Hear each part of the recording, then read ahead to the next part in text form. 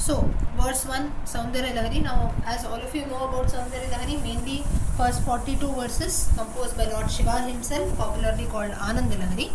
And the remaining verses, in order to complete and make it 100, Adi Shankaracharya has added few more verses talking about the beauty of the goddess Soundaryam. That's how the name comes. Lahari is like, you can consider like a garland. So, verse number 1. Shivaha Shakti Yuktaha, meaning the process of creation that is there, or meaning the union of Shiva and Shakti, wherein Shiva, he says that I become capable of doing things only when I have the union of Shakti. Without Shakti, even I am powerless. Just as Shakti, very loosely we translate as strength, right? So even though we have a very good physique or so, if we don't have the strength, be it physical or mental, to get up and do things, there is no use of this body. So Shiva tells the same thing. He tells that to do creation, now for this world to begin, to grow further, creation has to take place, right? That's the reason why all living beings are blessed. You can say blessed, or maybe they have one quality of reproduction that we call. Now please note one thing, through the verse, through entire Soundaryalahari, no doubt it talks about the beauty of the goddess, but it is one of those texts that talks about the process of creation, reproduction and so on, topics which usually we don't discuss openly, or maybe we feel that is not so important. Now all living beings are doing that, right? Now even you go and ask a dog, a cat, or human beings, or even insects, everyone is known for reproduction. But so that is just like you keep on begetting children, that's it. But then that is not so. That shows the power of a man as well as a woman, that is male and female, whatever it is. So therefore creation, or this Shakti who is there, is considered to be very, very powerful. We must never consider it to be very in a lighter way.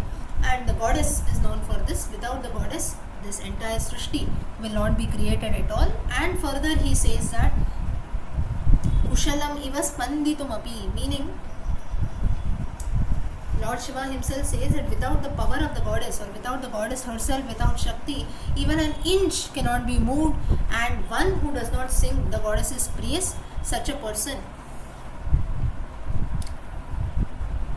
is not fit to do anything. And it is said that you are worshipped by the Trinity. Trinity is nothing but Hari, Hara, Virinchi. Hari, Lord Vishnu; Hara, Lord Shiva; Virinchi, Brahma. So the goddess is worshipped by these three chief primary gods also. And when the gods themselves are worshipping the goddess, if we don't worship her, then entire life is waste. So mainly you can see verse number 1 talks about the glory or the importance of Shakti. This verse is known for victory, that is winning in every field, and whatever we do, we have to win and achieve victory. So verse number 1 is known for that. Verse 2.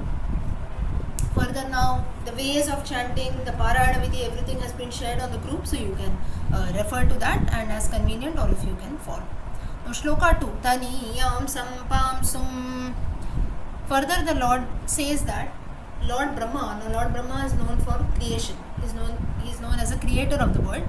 Even he also starts the process of creation after taking the dust from under your feet. Ultimately that means surrendering at your feet, and then he starts the process of creation. And the great Adishesha also. Adishesha Virinchi Sanchinvan, Virinchi Brahma, Virachayati Lokana Vikalam. Second line, Vahatyenam Shaurihi Kathamapi Sahasrena Shirasam. One having 1,000 heads, that is the serpent Adishesha, on whom Lord Vishnu sleeps. He also, it seems that like Brahma, he also carries the dust of your feet. That means Charana Dhuli, as we say, meaning the dust under one's feet. Ultimately it means to surrender to the goddess. And Lord Rudra, what he does is Hara Samkshodyainam Bhajati Bhasitaha. The ash, that is Vibhuti. Lord Shankara is known for applying Vibhuti. It seems that Vibhuti is also the dust of under the feet of the goddess, that he uses and applies that as Vibhuti, as Bhasma.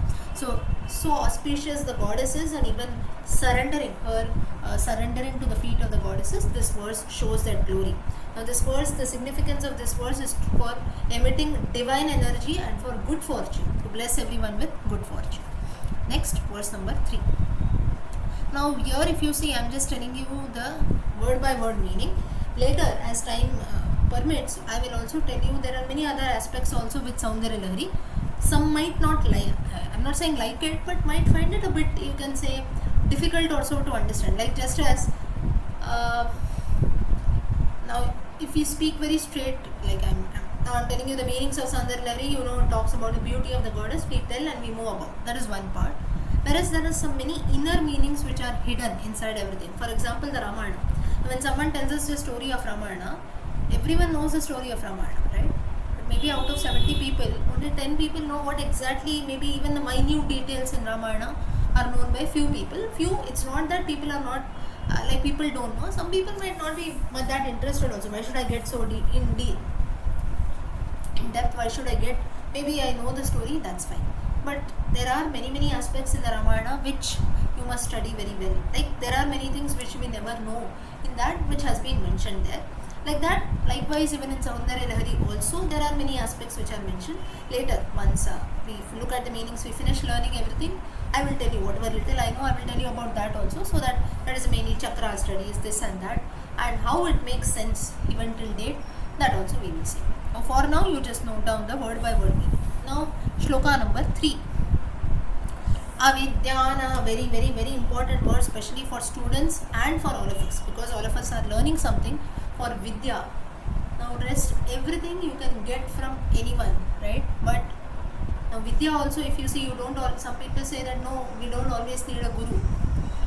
You don't always need a guru, but people who find the right guru, they are always blessed in life, because the person always guides us. That's the reason why you see in our entire parampara that is there, Guru Parampara as we say. Gurus form a very significant part of one's life, and Guru is that only relationship for which we don't see the person, like you don't see the qualification of the person, you don't see the gender of the person, you don't see the age of the person, you don't see the skills of the person, nothing you see. A person who teaches us something, it need not be like formal teaching. Even if people around us also might teach us something and go, that person becomes our guru, and we must worship that person from day one. That's the reason why you see even gods also had gurus. That's the reason why Rama had Vasishta, Krishna had Sandipani, Gargacharya, and so on. Why do gods need gurus? Gurus still fall one level below, right? It is said that even if you don't worship God, it is still fine, it can be considered. But a person who does not worship one's guru, that person can never get the blessings of the Lord. So basically, to reach the Lord, we need a guru in life. So but of course you have to remember, finding the right guru is very important. People come and just, that does happen, right? Now, under the name of teaching something, you might end up finding the wrong person. That is wrong. But if someone gets the right guru in life, you are always blessed. So, and for this, we should surely have done some good karma that is there, without which we can never find a right guru. So, getting a guru is very important. That is the significance of this verse, wherein the importance of knowledge and the removal of ignorance has been mentioned, wherein Shiva says that the goddess is so great that the dust under is not, the entire form of the goddess is also not needed, just the dust under the feet of the goddess, it removes all darkness, ajnanam, andhakaram, ignorance, everything from the minds of ignorant people like you and me. Just as Guru comes in one's life and teaches us new things, removes our ignorance, makes us learn new things. Similarly, worshipping the goddess, the dust under the feet of the goddess removes ignorance and ends up teaching the person good things. It is like honey, it is like flower, it is like all wish fulfilling gems. So basically you can see the description of all good things has been mentioned here, and it is said that to the poorest of the poor also knowledge is something which is never limited. Person can never say I am poor so I don't have knowledge. You cannot say that. Whether a person is poor, rich, strong, weak, whatever it is, a person can get knowledge from anywhere and from anyone. So just as when to a poor person, if suddenly you give him a lot of wealth, how his life will change. Similarly, if the goddess's grace falls on us, it seems that it will be a life-changing experience. And further, Daridranam Chintamani Gunanika, that is when a poor person gets a gem, or you can say lots of wealth.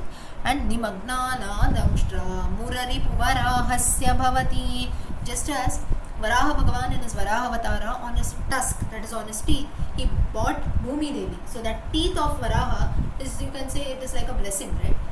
Just the wild boar cannot bring the goddess. The teeth played a very important role. Therefore, the feet of the goddess, through such examples, what exactly Shiva wants to tell is, just as these different things, be it honey, be it flower. Now, flower and honey are all good things, or a gem or a lot of wealth to a poor person, or the teeth of Varaha. Just as they played important roles, similarly, the dust of the feet of the goddess, that is, blessings of the goddess, can play a very, very important role in our life and give us very good experiences, change our life, bless us with jnanam. Jnanam is very, very important. That's the reason we say, right, education is important. The person who is educated will, or person who is literate can never fall in trouble. And Vidya is something which always helps us. Whether you are here, you are outside, you go out, maybe on travel, or wherever you are, Vidya is something which you always carry, and you don't have the fear that it can be stolen from you.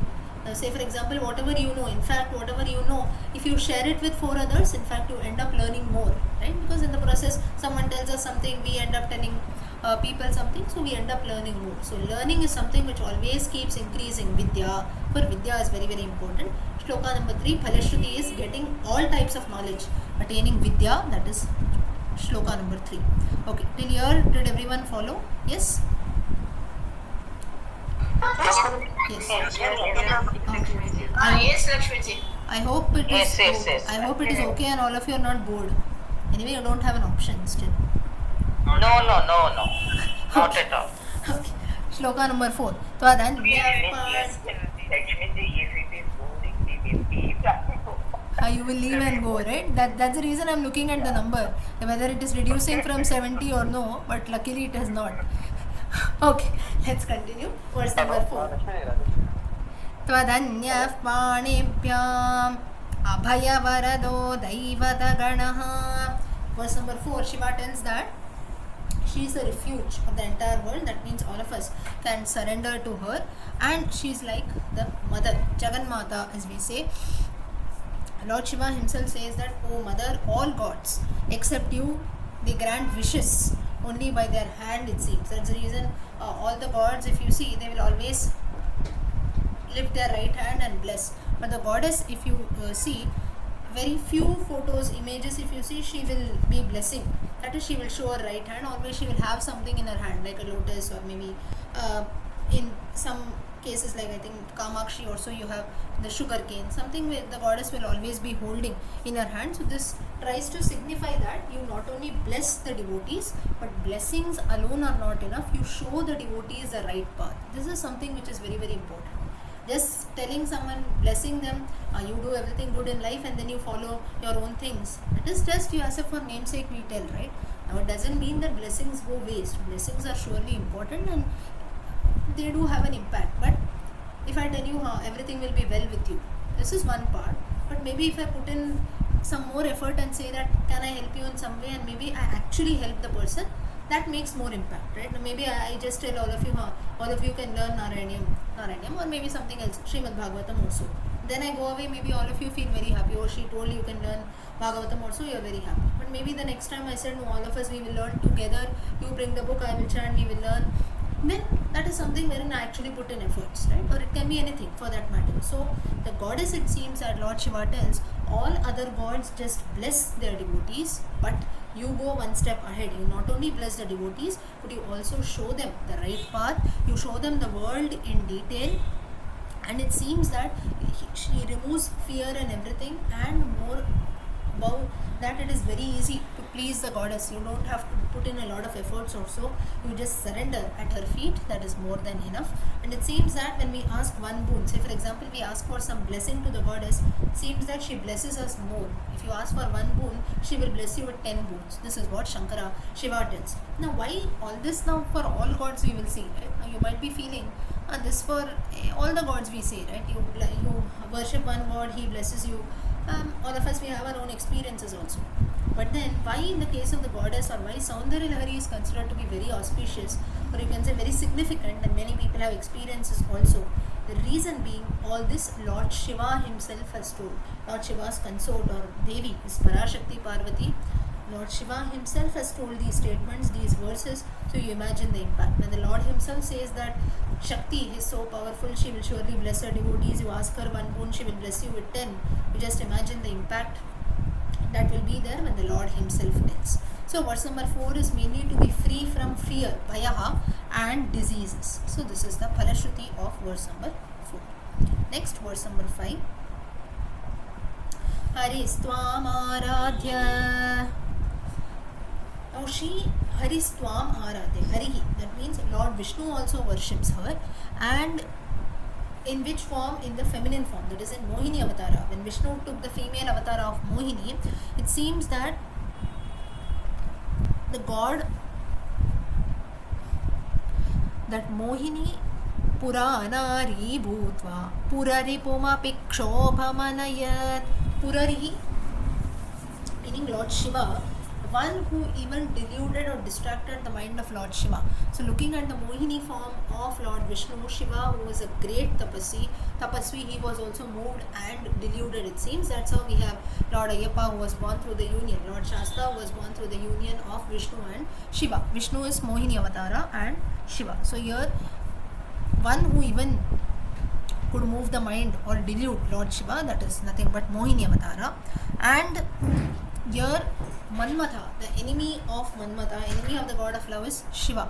So one who had even considered Manmatha to be his enemy, but he himself was at that time fell in love with Mohini, that is he fell in the trap of Manmatha. So such is the form of Mohini, that too Vishnu could not do anything of his own, but then when he took a female form, when he got the Shakti from you at that time, even Lord Shiva, the greatest tapasvi who had actually conquered Manmatha, he also fell a prey.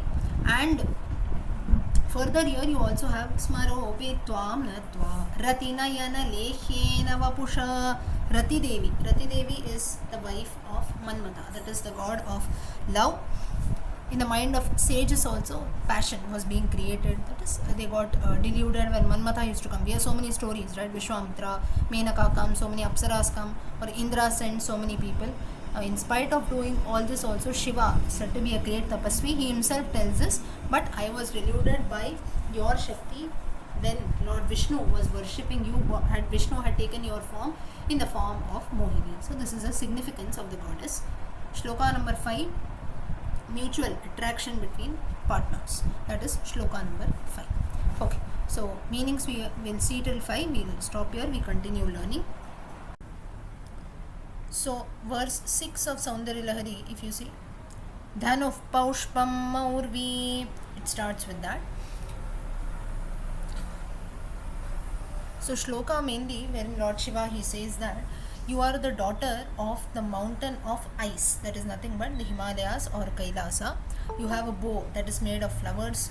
Then the bowstring that is there of the goddess is said to be made of honeybees, Madhukaraha, honeybees. Then 5 arrows are made of tender flowers. So basically, you can see the person who has the bow made of flowers, honeybees, and so on is usually by the god of love. So goddess also is considered to be the god of love, and he rides on a chariot on the Malaya mountains, that is nothing but the Himalaya mountains.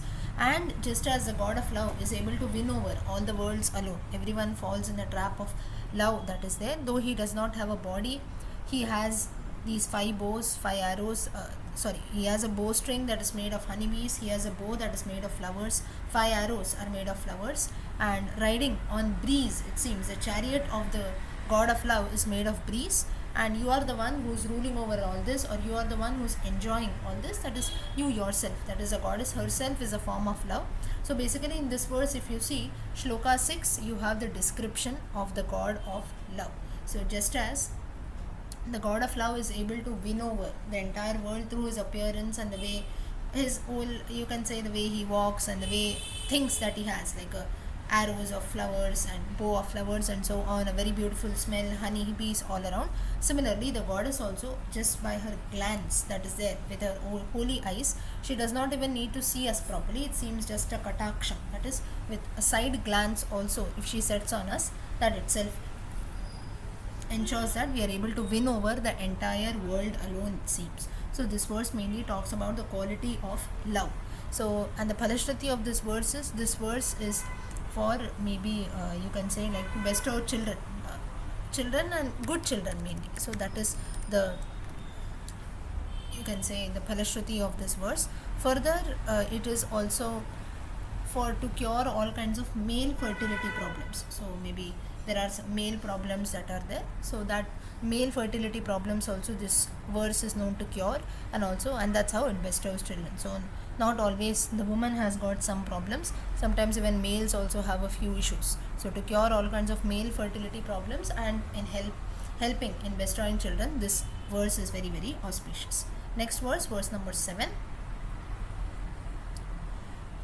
Kwanatkanchidama. Now further, the description of the physical form of the goddess is given. She has a golden belt around her hip. Kwanatkanchidama. Kanchi is made of gold. Usually during wedding ceremonies also, women wear the belt, right, around their hip. So that is around the waist. You have a golden belt that has small bells in it. So whenever she walks, the jingling sound can be heard.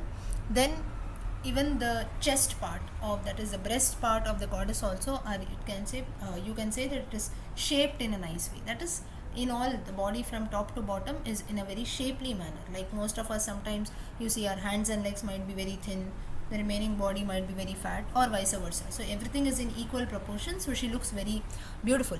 And the face of the goddess is like the full moon that is there, so very bright and pleasant to look at. In her hands she holds a bow that is a sugar cane. Usually you would have seen goddess Kamakshi, she has a sugar cane in her hand. Arrows are made of flowers, and she has a very wonderful form. Whenever you look at the picture of any goddess, be it Kamakshi, Meenakshi, Lalita, Durga, Lakshmi, Saraswati, the goddess looks very beautiful, right? Now especially if you see in your Lalita Sahasranama books, or sometimes even in the Soundaryalahari books, you might have the picture of the goddess on the cover page. Whenever you look at the goddess only, the picture is very, very beautiful. So the same description is given here. One who has a very good physical form. She is adorned with ornament. She is very beautiful to look at. Her face is also very pleasant. She carries a bow having sugar cane. So basically this verse depicts the form of goddess Kamakshi. And further, Lord Shiva, he prays that you should come in front of me. I pray that you should come in front of me and bless me. Just as you bless me, you should bless all devotees who are trying to remember your form. Remember you in this form, wearing a golden belt with tiny bells hanging all around, having a very beautiful physical appearance. Your face is also cool and pleasant like the moon. So we are also trying to imagine you in this form. So we want you to come here and appear before us. Shloka 7, Phalashruti is to win over enemies, that is to attain victory over enemies.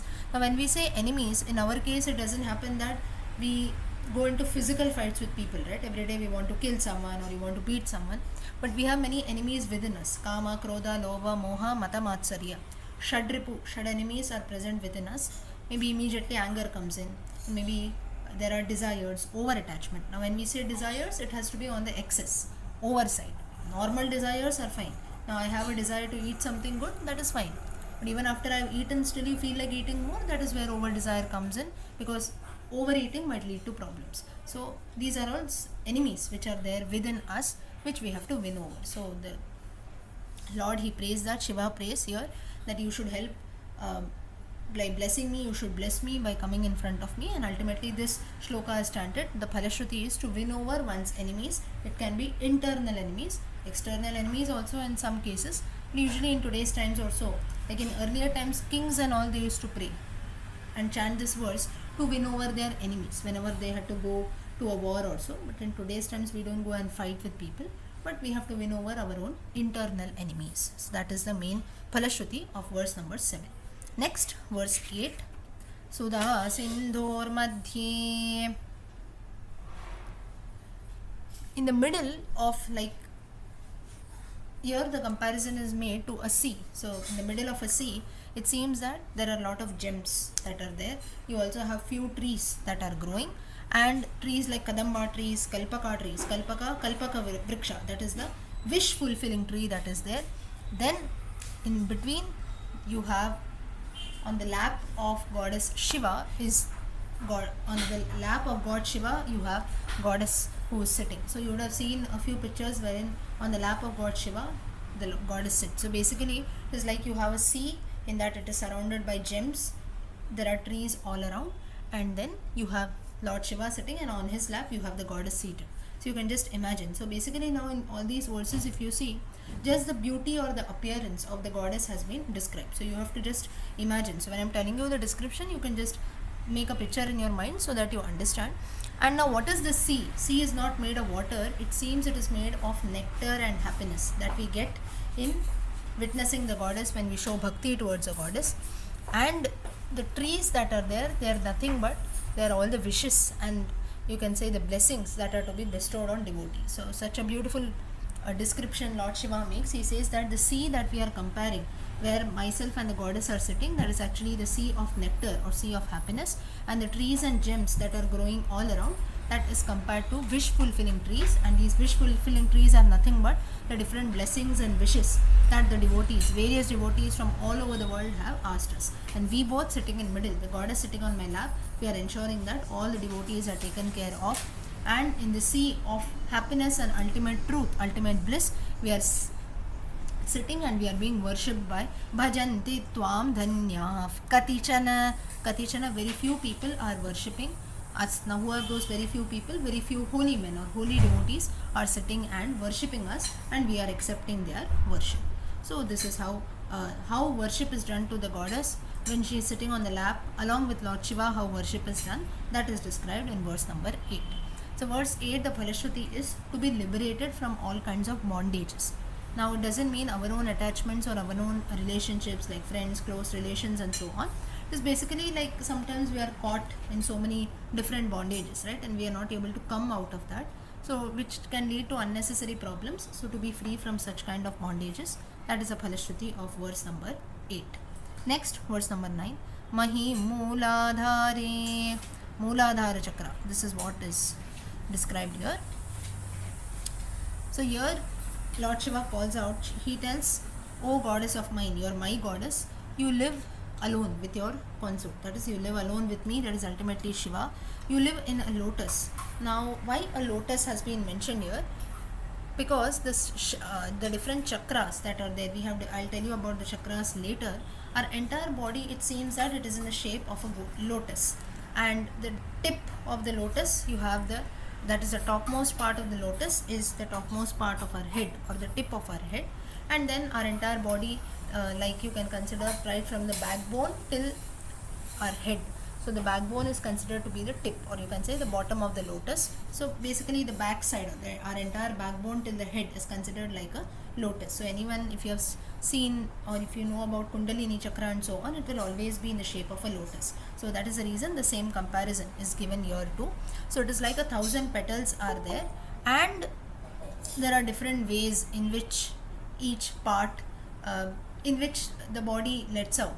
Like for example, if I have to tell you, explain to you in easy ways, you see our body, it has got different, you can say different pores, right? Now holes, that is it. Nose has got a hole, ears have got a hole, our external organs have, our excretory organs have got pores. So like this, you see even our hands and legs also, if you see closely, they have got pores. You cannot call them as holes totally, but pores that are there, P-O-R-E-S. It's not that everything is flat. That's the reason how air enters our body, water enters our body, and so on. So each of these parts, like Mooladhara Chakra, Swadhisthana Chakra, Agnya Chakra, and so on, each of these chakras is associated with a particular body. For example, Agnya Chakra is associated with our eyes and eyebrow part. So, and it seems that each body part represents a natural element. For example, few body parts represent earth, few body parts represent water, few body parts represent fire, few body parts represent air, and few body parts represent earth. Earth is nothing but ether or space. That is a Pancha Mahabhuta. In our body also, there are certain body parts that represent the Pancha Mahabhuta. That is nothing but Sahasrare Padme. The last line that comes, the highest power is of space, S-P-A-C-E, space. The Pancha Mahabhuta, the fifth element, that is space, that is Agnya Chakra, that is represented by Agnya Chakra, which is nothing but the part that is there between the eyelids. In detail, we'll see about chakras, at that time you will know. So that's the reason why initially also I had told you, if you touch, you don't touch, even if you keep your finger in front of your in front of your eyes, that is exactly in front of your eyebrows, if you see, wherein we put our tilaka, you don't even have to touch it, but for some time if you just keep your finger and you try to focus your sight on that, our head starts spinning. This you can try for yourself and see, that itself shows the power that is there. That is because Sahasrare Padme, it is as if 1,000 petals have come, 1,000 petals of a lotus, all their energies are focused there. That's the reason when we say focus or concentration, when things are done, These are all different exercises that are done to develop or to increase concentration. Is sometimes you keep your finger in front of your eyebrows. That is a place between both your eyebrows. So that shows that that place is an energy storehouse of energy, or the most, you can say, the highest energy of our body is concentrated in these places. Apart from that, there are different parts. For example, Mooladhara chakra has got the power of earth. For that, certain body parts are there. Then the Manipura chakra has got the power of water, that is there. Now for your information, you just note down this. Later we'll see which body parts are there for which chakra. Swadhisthana chakra has got the power of fire, and in the heart you have the fire of air. That's the reason the heart keeps pumping. We need air, right? We keep breathing. So when we say the heart stops pumping, that means our breathing also stops. Air stops going inside the body. So therefore, always there is a connection. So Soundaryalahari doesn't only talk about the glory of the goddess, it also talks about all these scientific elements too. So basically this verse wherein the goddess is described with different parts of her body, and just as the god, our body has got different these chakras, it looks like a lotus. It has got different petals through which each petal represents an element out of the Pancha Mahabhutas, 5 main elements: earth, water, fire, space and air, and each of these elements represents a few parts. Similarly, the goddess is a form of this. So that's the reason why we say Shakti. Whenever now physical organs are there, I have my eyes, I have my ears, I have my nose, different parts are there. But for each part to function properly, we need Shakti, we need power, right? One fine day we say, no, I'm not able to open my eyes. What does that mean? Have you become blind? No, eyes are there, but you don't have the strength to open your eyes. Or some people, due to old age or so, they lose their hearing power, right? Does it mean that ears have vanished? No. The piece of flesh, ears are very much there. The listening power has gone away, right? Ultimately, when the nose loses its power, all of us are gone, right? Because nobody can say that the nose has stopped working. Eyes, some people are born blind, some people are born deaf, but nobody can say that my nose is not working. Nose stops working, that means person is dead. Or similarly, sometimes hands don't work, those who are handicapped or so. Or whenever you have a fracture, does it mean that the hand vanishes? Hand is very much there, but it loses the strength to function. So how all this is governed is through Shakti, that is goddess herself. So therefore the goddess here is compared to Shakti, that is there in to function, do our all everyday activities and so on. Next, you want to say something, Sanjeev ji? Tell me. Yes, madam, the reference of chakra is also very madam. Yes, correct. Mooladhara. Yes, it is also called Krida Yoga or Kriya Yoga. Some people practice that. You must be knowing about it. So that is also a part of this. Correct. Now for this, the Phalashruti is for Shloka 9 is to reunite with people who are separated. So maybe it can be your far off friends or relatives, whoever it is. Maybe you have you lost a bond somewhere, or maybe after a long fight you want to reunite again. So basically Shloka 9 is for that, to reuniting with people who are separated from people who are lost. Next, verse number 10. Sudharasarair. Now, the nectar, it seems that there is a kind of nectar that flows between the feet of the goddess, and ultimately it reaches to all the nerves of the body. Prapancham sinchanti. Rasamnaya meaning the different nerves of our body, and how we get this strength. So basically this verse that is there, it is known to cure all water element disorders. What is water element is, you can consider like maybe the leg or feet part, that is the lower part of our body, those elements that are there, diseases associated, you can say some illness associated with the lower part of the body. This verse is known to cure all that. Basically it talks about the place of our backbone wherein it is like a coil. If you see like a serpent, those who have seen, if you have studied in science also or in the x-ray, when we take, our backbone seems to be like a coil, right? Like a serpent which is there. So that is the first part of the Kundalini chakra. It is called Kulakunda. Kulakunda, that is the first part of the Kundalini chakra. It has got a hole in the middle. If you look at very closely, if you look at your back x-ray or so, you can see that. And from there is where our entire body gets the power. That's the reason when we have a hip fracture or a backbone fracture or so, person cannot sit still, right? That is, we lose our balance, body balance goes away. Therefore, the middle part of our body is very, very important, because that is the part of the body on which our upper body as well as the lower body is supported. The goddess is the one who provides strength, it seems, to the lower part of our body, to our feet, ultimately to our thighs, and also to our middle part that is there, to the backbone. That is the first part of the Kundalini chakra. That is the first part of the chakra study. Slowly it moves up to the heart, through the lungs, through the throat, then through between the eyebrows, and ultimately through the head. That is there, the topmost part of the head. So this is the first part, wherein in the backbone also. So here in this verse, if you see, it talks about feet, thighs, the power that the goddess gives to our feet, thighs, and also the middle body, mainly to our backbone. So that is, the goddess serves as, you can say, the strength or a balance is maintained properly in the body. This, from the feet, the lower part of our body, and the backbone represents the water element. Among the Pancha Mahabhutas, it represents the water element. So all these disorders associated with the lower part, backbone and feet, they are cured when this verse is chanted. Okay, so we have seen till verse 10. I hope everyone understood till here.